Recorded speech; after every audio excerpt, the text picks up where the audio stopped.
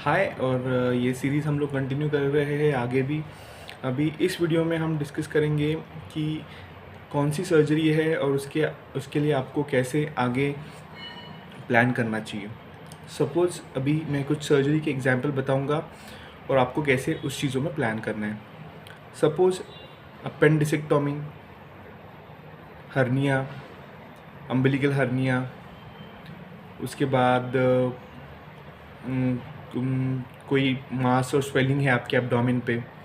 इस तरह की अगर सर्जरीज़ के लिए आपको अगर प्लान किया जाता है तो यूजुअली क्या होता है, हर्निया और ये अपेंडिक्स बहुत कॉमन सर्जरीज़ है और ये बहुत फ्रीक्वेंटली हॉस्पिटल्स में होती है। तो जब भी आपको ये चीज़ डायग्नोज होती है तो आपको सेकंड ओपिनियन ज़रूर लेना है, क्योंकि ये चीज़ें सोनोग्राफी पे डायग्नोज होती है। तो आपने अगर डॉक्टर ने आपको सजेस्ट किया है कहीं से सोनोग्राफी करने के लिए, तो आपको दूसरे एक सोनोग्राफी सेंटर से भी ये रिपोर्ट्स को 100% कन्फर्म करना है सेकेंड ओपिनियन लेके।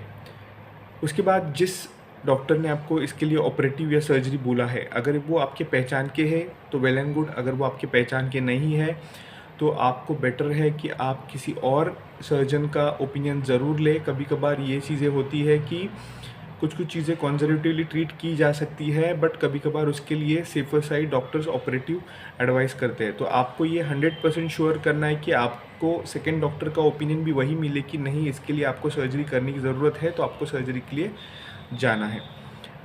थर्ड, ये कुछ स्मॉल छोटे सर्जरीज़ में ये सर्जरीज आती है। तो अगर आपके पास इंश्योरेंस कैशलेस और या कुछ है चीज़ें, तो आपको पहले ही जाके हॉस्पिटल को बताना है कि मैं एडमिट होऊंगा। एडमिट होने के बाद मेरा कैशलेस क्लेम आप अप्रूवल के लिए भेजिए। अगर अप्रूवल आता है तो मैं आगे ऑपरेटिव के लिए सोचूंगा, अगर अप्रूवल नहीं आता है तो आपको 100% रीथिंक करना चाहिए। ये सर्जरी बहुत सारी स्कीम्स में कवर होती है, जैसे मैंने बोला महात्मा ज्योतिबा फुले योजना और आभा योजना, ये सारी जो गवर्नमेंट स्कीम्स है इसके अंडर ये सारी सर्जरीज कवर होती है। और इस सर्जरी के लिए आपको कोई भी ऐसे बड़ा कॉरपोरेट या कुछ हॉस्पिटल ढूंढने की ज़रूरत नहीं है। छोटे नर्सिंग होम में मैंने लास्ट टाइम आपको बताया, जैसे ही डॉक्टर अगर अच्छे है, उनकी डिग्री और ये सारी गवर्नमेंट मेडिकल कॉलेज से उनका एजुकेशन है, उनकी प्रैक्टिस 10-15 ईयर्स की है, ये सारी चीज़ें आप पहले ही कन्फर्म कर लो।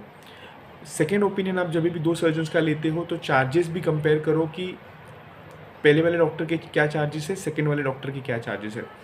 यूजुअली क्या होता है कि कुछ कुछ हॉस्पिटल में कुछ स्टैंडर्ड प्रैक्टिस होती है, तो सर्जरी के लिए जो भी मटेरियल यूज़ होता है, सूचर मटेरियल हो, आपको अगर पेशाब के लिए पाइप डालना है फोलिस कैथेटर हो, और बहुत ड्रेसिंग मटेरियल हो, तो कुछ कुछ हॉस्पिटल्स है जहाँ पे स्टैंडर्ड चीज़ें यूज़ होती है, अच्छी चीज़ें यूज़ होती है।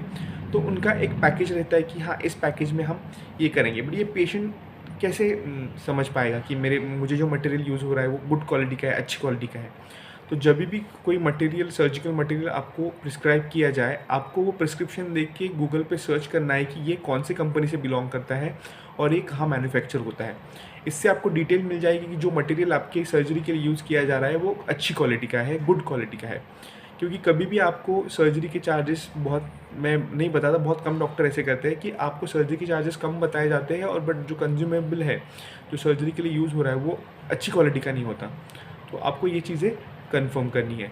नेक्स्ट वीडियो में मैं बताऊंगा ऐसे हर एक डिपार्टमेंट, हर एक सर्जरी और के बारे में आपको डिटेल्स बताऊंगा। आपको वीडियो को देखना है, चैनल को सब्सक्राइब करना है और कमेंट में आपकी जो भी प्रॉब्लम है, आप मेडिकल रिलेटेड प्रॉब्लम लिख दो, मैं उसके आंसर देने की कोशिश करूँगा। Thank you.